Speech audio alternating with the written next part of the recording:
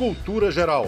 Apoio Faculdade Milton Campos. Conceito máximo no MEC. A faculdade com maior número de aprovados na OAB.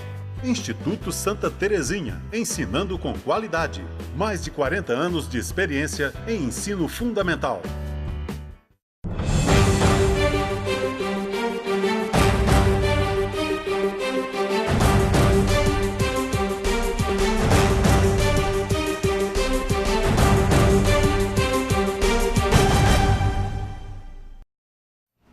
Olá, sejam todos muito bem-vindos mais uma vez aqui ao Cultura Geral, começando o programa ao vivo. Hoje a gente vai discutir aí um pouquinho da Previdência, da reforma da Previdência, nessa pauta da OAB Nova Lima. Vamos discutir um pouquinho também de direito internacional. Eu acho que hoje, umas 2 horas de programa seria pouco para a gente poder tratar desse assunto. Antes de começar o programa já estava quente aqui os bastidores. Você imagina a medida que a gente vai desenvolvendo tirando um pouquinho das dúvidas aí que a gente vai tendo com relação à reforma da Previdência e também dos aspectos do direito internacional. Eu acho que a gente tem tropeçado um pouquinho, mas vamos discutir com os especialistas o que é melhor para o Brasil, melhor para a gente, né? Na realidade, as coisas acabam esbarrando nas pessoas que precisam mais. Sempre é assim, né? Bom, nós estamos recebendo hoje aqui meu grande amigo Juan Ferraz. Seja bem-vindo mais uma vez, Juan. É um prazer te receber aqui no Cultura. E eu acho que são pautas extremamente pertinentes, tanto a reforma da Previdência como o direito internacional, né? Com certeza. Para quem acha que não casa as duas coisas, casa e casa muito bem. Casa sim, a gente pode pegar até uma experiência de direito comparado que foi implementado no Chile, que inclusive é uma proposta que está dentro da emenda à Constituição, né? Que fala a respeito da capitalização, né? Que seria uma espécie de poupança compulsória, né, que o governo pretende implementar em seguida a aprovação dessa emenda, né, da tentativa de aprovação dessa emenda, porque o negócio lá não está tão fácil assim não. Mas antes de tudo, eu gostaria de agradecer novamente ao cidadão de Nova Lima por estar aqui. Eu sempre gosto muito, eu acho que já é a 3ª vez. Não sei, depois tem que contar nos programas. É muito bom, os assuntos são pertinentes, são atuais e me faz refletir e até aprender um pouco mais, né? Embora a gente A ideia do programa é construir conhecimento, essa que é a realidade, né? Sim. E é fato que a gente sai daqui diferente, sai daqui com visões mais renovadas e mais atuais, embora a gente venha querer trazendo algo novo sempre. Doutor Marcos, seja muito bem-vindo. Oxigenar o debate é sempre muito bom, né? Muito obrigado, boa tarde. Primeiramente, gostaria de agradecer o convite por estar aqui, né? Acompanhado de 2 pessoas aqui. Vou falar um pouco sobre a reforma da Previdência, né? Meu nome é Marco Moraes, eu sou advogado na área de direito previdenciário, né? E falar sobre essas reformas, se ela seria boa ou não para o cidadão. Vamos começar esse bate-papo logo. Ô Juan, deixa eu te perguntar uma coisa. Antes da gente entrar na reforma da Previdência, como é que nós vamos fazer com o direito internacional? Porque tá um samba do crioulo doido, né? Cada hora um faz uma coisa. Nós estamos aí para 100 dias de governo, a gente não tem um norte, né, definido, né? Falando especificamente do governo brasileiro e da atual política externa brasileira, há no contexto dos técnicos jurídicos e especialistas em relações internacionais, uma grande preocupação com com o ministro de Relações Internacionais nosso, Ernesto, né? O Ernesto. Há críticas no Itamaraty sobre um posicionamento dele exagerado, alguns falam em até submissão ao Trump, ao presidente americano, de uma radicalização da política externa brasileira que nunca foi a identidade do Brasil. O Brasil sempre foi conhecido por ser um país mais equilibrado, um país mais racional, que estuda as suas políticas externas sempre com um viés de neutralidade, o que nos faz ter uma relação boa com diversos polos do mundo, entendeu? Então, a partir desse governo, deu-se uma endireitada muito radical à política externa nossa, que é o que preocupa os acadêmicos do direito internacional e principalmente as pessoas voltadas para as relações internacionais. Ô Juan, tem um detalhe, eu estava lendo, não sei se foi sexta ou sábado, parece que a Al-Qaeda está com um braço lá no estado do Amazonas, né? Com muita gente já. Sim. A gente corre algum risco com essa guinada mais conservadora, bem ultradireita mesmo, que quando chega no campo da ultradireita, quando chega no campo dos conservadores, nem eles entendem também, porque eles já confundem a bola também, chega lá já fala de outras coisas, não respeita, por exemplo, o Holocausto, essas coisas todas. Como é que a gente transita nesse meio? Porque quando me sai uma notícia dessa no G1, nos preocupa porque a gente entra na rota de colisão com esses grupos radicais, né? Existe algum perigo? Como é que você enxerga tudo isso? Com certeza existe. À medida que a gente toma posições extremadas, a gente confronta com assuntos extremamente delicados que vão contra, inclusive, posicionamentos anteriores do Brasil em relação ao mundo, né? À medida que a gente tem um relacionamento, por exemplo, com os palestinos, com a comunidade dos países árabes, e a gente tem um negócio com eles de cerca de 11 bilhões, e a gente entra em assuntos que são sensíveis a ele, com um viés extremamente radical, que confronta com tudo com o que eles acreditam, e a gente não tem o cuidado de avaliar a posição deles, o pensamento deles a respeito disso, a gente corre risco de perder negócios, a gente corre risco deles tentarem de algum modo nos prejudicar, seja da forma que for, seja com embargos, seja com contraposições, com sanções, com uma reciprocidade hostil às nossas políticas, às nossas formas de negociar. E num pensamento mais extremo, por que não um atentado terrorista, à medida que a gente está lidando com pessoas que são capazes e já demonstraram que têm condições de causar um temor maior. O Hamas, com todo respeito, tem um viés, tem um braço do Hamas que é um braço enérgico. O Brasil sempre manteve uma relação tanto boa com Israel quanto com a Palestina.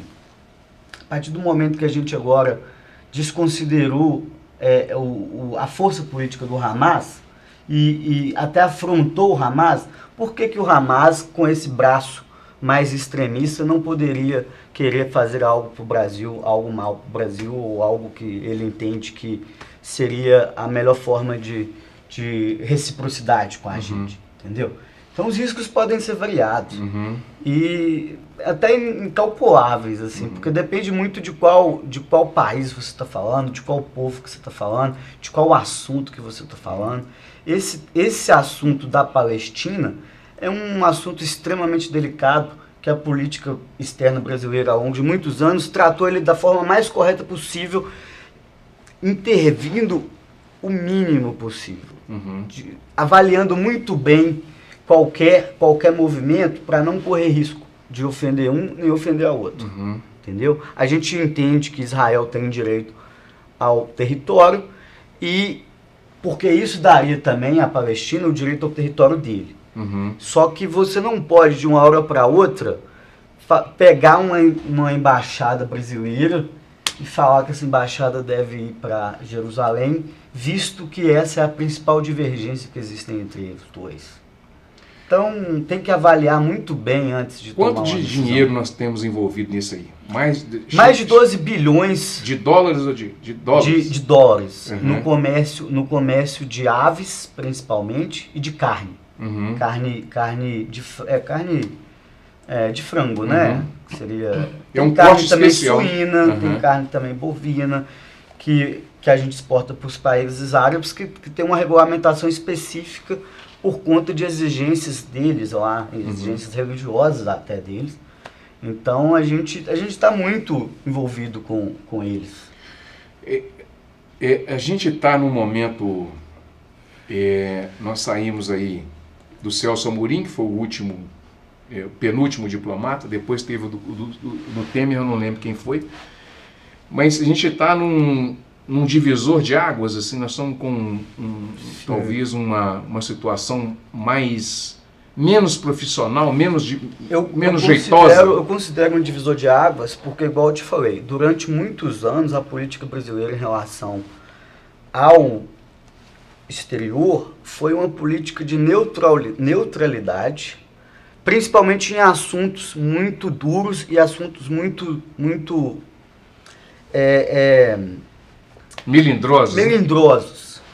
Então, de uma hora para outra, a gente deixou isso de lado para adotar uma postura radical. Uhum. Uma postura, igual eu falei para você, que não sou eu que estou falando, são diplomatas do Ministério das Relações Exteriores que disseram que o Brasil, principalmente naquilo que o Trump propaga, tem adotado hoje, tem sido submisso aos Estados Unidos sem avaliar as nossas condições e as nossas peculiaridades.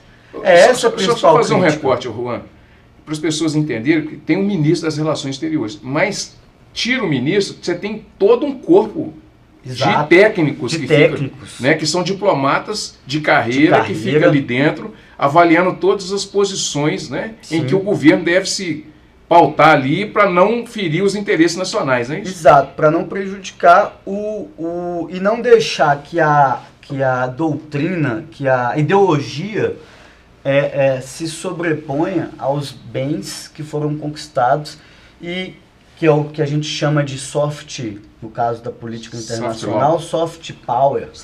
O Brasil teve esse reconhecimento e isso se tornou para a gente um soft power, porque era uma política equilibrada, era uma política que escutava mais antes de assumir posições. E de uma hora para outra a gente passou a assumir posições sem, contudo, avaliar riscos, avaliar consequências, apenas porque o novo ministro, né, das Relações Exteriores tem um viés muito de cá, muito Você que é um cara do direito internacional que já milita há mais tempo no direito internacional. Essa condição ideológica nunca houve para trás? Se você pegar até 64, houve assim, os governos, os anteriores, eles tinham um alinhamento ideológico um pouco mais à esquerda, vamos dizer assim. Mas não era um alinhamento ideológico que colocava o Brasil em submissão imediata. Ele tinha um relacionamento mais próximo a governos de esquerda, contudo, em vários assuntos, o Brasil pensava mais antes de agir.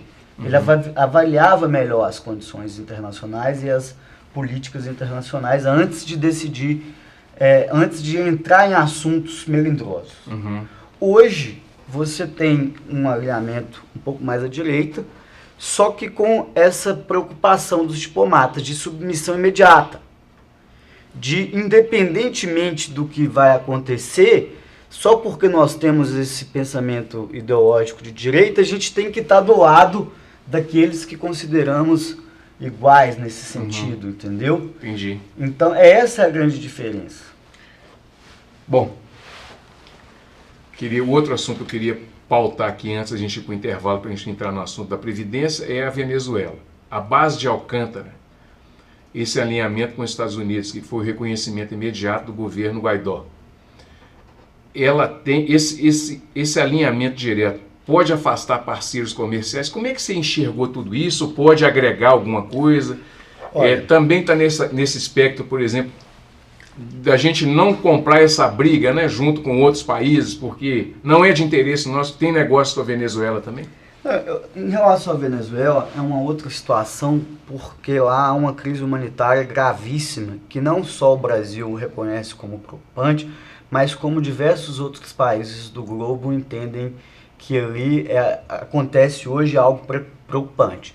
Não é à toa que o Guaidó ele já foi reconhecido por mais de 50 países. Uhum. Eu só penso que a gente não deve automaticamente achar que a melhor solução seja uma intervenção militar direta e que o Brasil não pode ser usado como instrumento dessa intervenção pelo governo americano, que pra gente que assim, não deve ser uma ação unilateral, em outras palavras. O que eu estou querendo dizer é que, se for o caso de intervenção, que isso se construa a partir de um movimento coletivo, que eu entendo que o melhor caminho seria a Organização das Nações Unidas, ou a Organização dos Estados Americanos, que teria condições melhores de avaliar a viabilidade e a necessidade de uma intervenção. O que eu não contesto é que há crimes contra a humanidade acontecendo na Venezuela.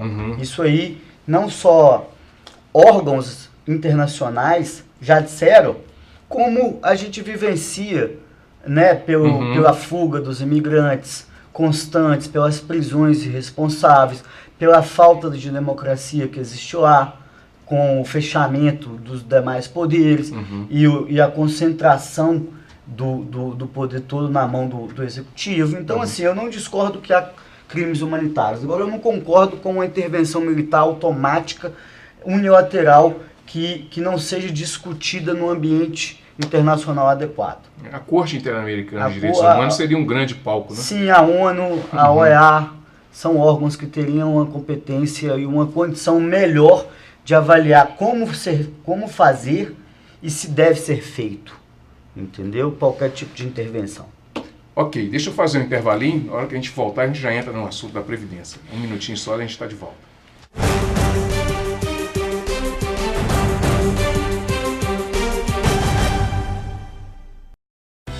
Cultura Geral.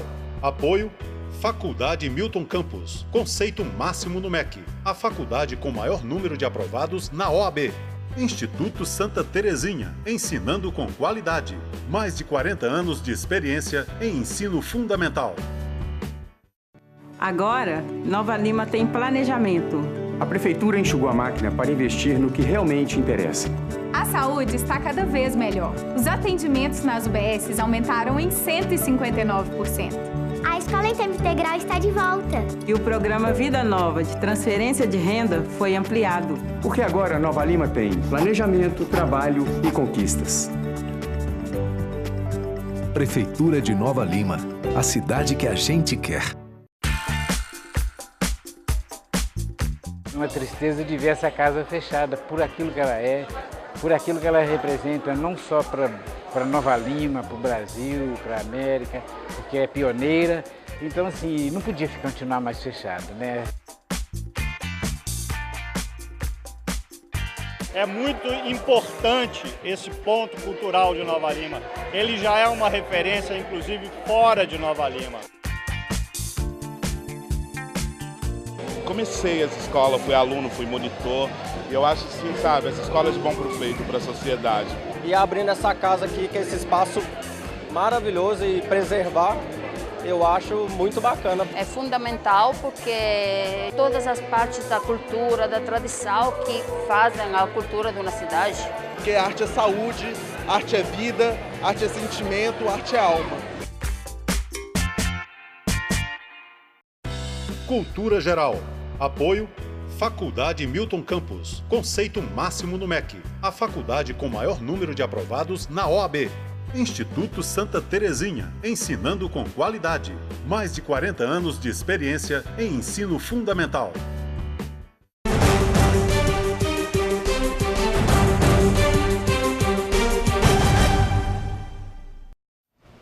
Bom, voltando com a Cultura Geral, vamos falar de direito previdenciário? E isso é muito importante. Doutor Marcos, o que nós podemos esperar da reforma da Previdência? A reforma da Previdência, o que acontece? Muitas pessoas, o governo tem feito uma propaganda em torno da reforma da Previdência dizendo que a Previdência dá prejuízo. É necessário uma reforma da Previdência hoje, por ela dar prejuízo ao governo, dar prejuízo ao país. Né? Na verdade, isso do ponto de vista matemático, isso é uma falácia. Por quê? Na verdade, a Previdência ela é superavitária, ela não dá prejuízo. O prejuízo que eles se referem seria em relação a desvinculação das receitas da Previdência para outros setores. Hoje, todo ano, né, se aprova 35% do lucro da Previdência vai para outros setores, né? Fora o restante também que a gente não sabe para onde que é destinado. Né? Porque o verdadeiro destino da Previdência seria outros setores que estão sendo aproveitados. Né? Você me perguntar, é necessária essa reforma da Previdência? Sim e não ao mesmo tempo. Por quê? Né? O regime geral, vou pegar o regime geral já teve várias mini-reformas ao longo desses anos todos. Uma drástica, né, que foi em 99 com o fator previdenciário. Então hoje, se você aposentar por tempo de contribuição, né, você vai ter uma redução muito drástica do valor da sua aposentadoria. Né, eu acho que, do ponto de vista do cidadão em si, que a maior parte da população faz parte do regime geral, né, não necessitaria de uma reforma assim. Mas, olhando pelo regime próprio, sim. Né, o regime próprio é a maior parte do que se paga em termos de benefício vem do regime próprio. Então, se você olhar a questão também, né, que o cidadão ele vai contribuir aí hoje, né, 35 anos de contribuição, mas ninguém chega lá, muitas vezes não prefere aposentar por tempo de contribuição, quer aposentar por idade, então às vezes até contribui mais do que os 35 anos, né, para poder aposentar por idade. Então, se você olhar que a expectativa de vida hoje é 74 anos, um homem hoje aposenta com 65 anos e vai viver 9 anos, ele contribuiu mais do que vai receber. Né? Então, não justifica. Fora também que eles não conseguem apresentar isso em fórmula matemática. Né? Eles só não conseguem divulgar, né? Eles têm um problema para divulgar, né, os dados, né? Justamente. Né, o que acontece? Na primeira proposta, na PEC 287, eles apresentaram 423 planilhas em Excel. Né? 423 planilhas. Só que eles não conseguiram explicar em fórmula matemática o porquê daquele resultado. Teve até um ministro que chegou a falar que em 2060 ninguém vai conseguir mais usufruir da Previdência, que vai estar tudo quebrado. Tá, mas beleza, então... Baseado em quê? O quê? Qual que é a fórmula matemática? Onde você chegou naquele resultado? Né? Por que disso? Né? Porque, igual eu estou te falando, a expectativa de vida da população hoje é 74. Então, levando em conta que você vai contribuir, você vai usufruir dessa aposentadoria 9 anos, né? Fora também que tem muitas pessoas que não contribuem para a Previdência. Elas chegam aos 65 anos de idade e não tem contribuição. Aí vai para o LOAS, né? Que é a lei do deficiente, né? BPC. Então, deixa eu só fazer um recorte nesse BPC aqui. Eu preciso fazer esse recorte e parabenizar. Eu estava vendo um programa esse final de semana, que foi do Alessandro Coxinha, que criou aqui em Nova Lima, junto com os outros vereadores, né? Está todo mundo envolvido nisso aí na Câmara Municipal, que foi uma assistência aí. Eu fiz uma pauta aqui sobre as pessoas com deficiência, e eu acho importante, na época, eu ficava nesse negócio, eu tinha que escrever e tal, para poder fazer um elogio e tudo, e eu tenho que fazer esse elogio aos vereadores de Nova Lima, e o Alessandro Coxinha, que conseguiu aí trazer para Nova Lima, pelo menos criou o projeto aí para sanção do prefeito, uma assistência muito bacana para os meninos que têm deficiência, paralisia cerebral, né, tem deficiência cognitiva, essas coisas todas, então tem exercícios próprios, né? O Eli ficou de lembrar aqui o nome eu sei que a ONG é Tamo Junto, agora o nome do projeto eu esqueci o nome aqui. Mas, de qualquer forma, fica aqui o registro aqui, o parabéns à Câmara de Vereadores de Nova Lima e ao vereador Alessandro Coxinha. Como é que fica as pessoas com deficiência nessa reforma? Então, vão ser separados pelo grau de deficiência, né? Cada um vai ter um tempo de contribuição, né? O máximo de tempo de contribuição vai ser 35 anos, né? Deficiência leve. Sim. Né? O LOAS atende aquela que nunca contribuiu. Elas não vão ter, as pessoas deficientes, elas não vão ter essa questão que vai ter para cidadãos em geral, né? Que não vai sofrer essa redução de benefício, né? Que vamos supor, o total para você contribuir, para você ter sua aposentadoria integral, né? Vão ser 40 anos. Ser 40 anos de contribuição, homem 65, mulher 62. Eles não vão ter essa questão que se você contribuir 20 anos, né? Você contribuir 20 anos vai ter metade da sua aposentadoria. Essa questão não vai incidir para eles, porque já tem uma coisa pesada que é a deficiência em si. Sim. Né? Então, e ninguém pode receber menos que o salário mínimo, né? Ninguém pode receber menos que o salário mínimo. Só que aí está uma questão do BPC.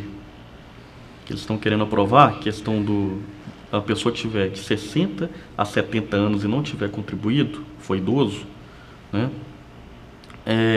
Ou deficiente, aí ela vai ter direito a R$400 apenas, que vai ser muito inferior ao mínimo.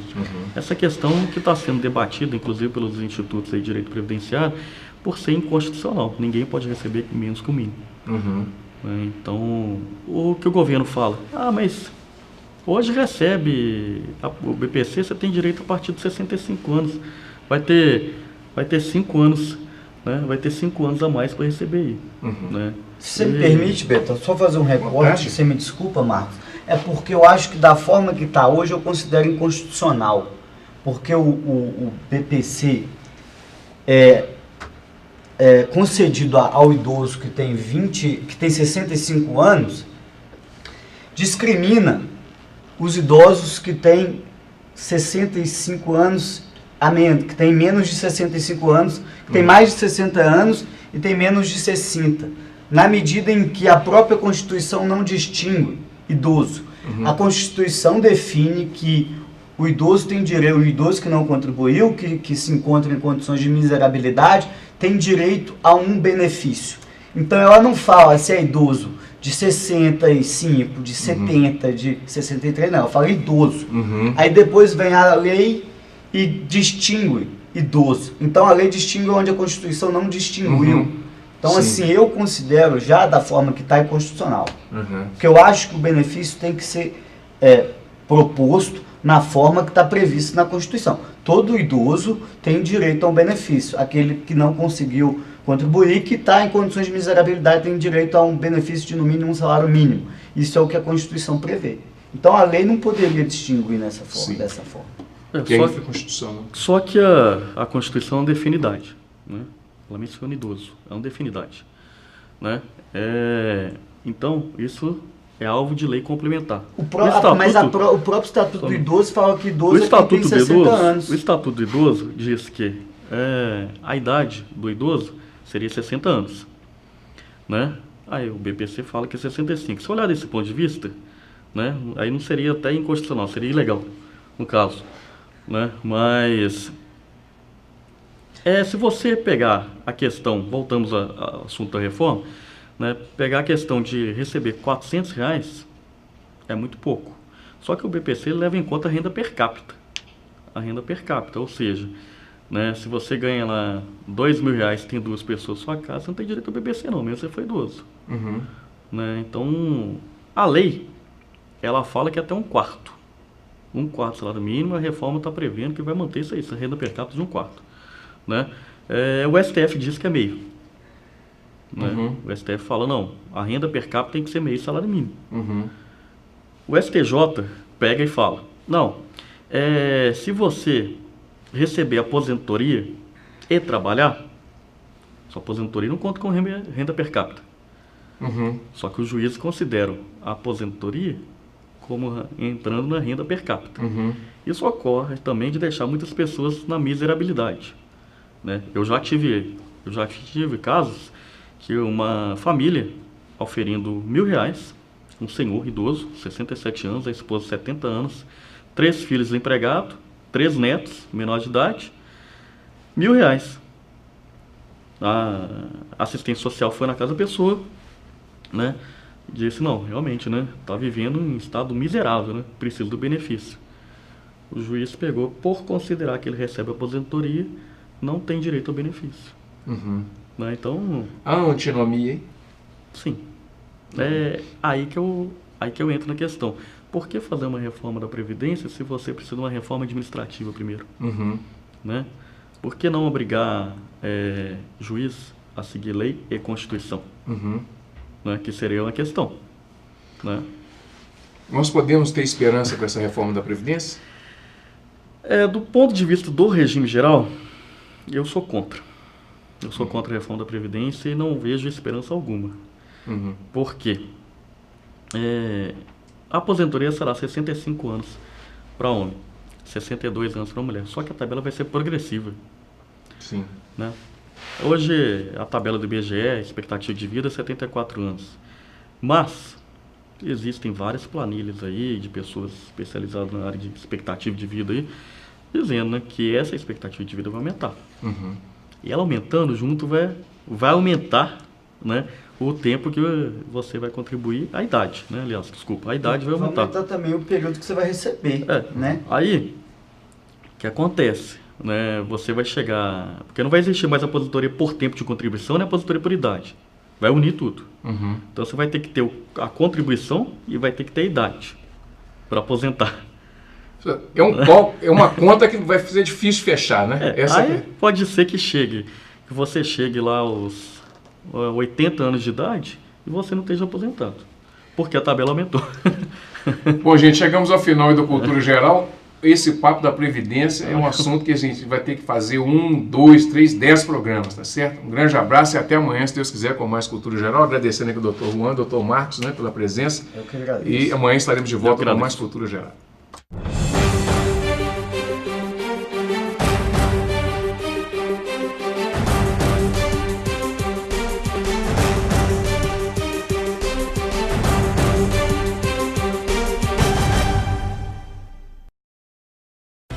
Cultura Geral.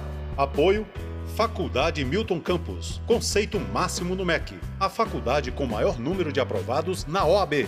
Instituto Santa Terezinha. Ensinando com qualidade. Mais de 40 anos de experiência em ensino fundamental.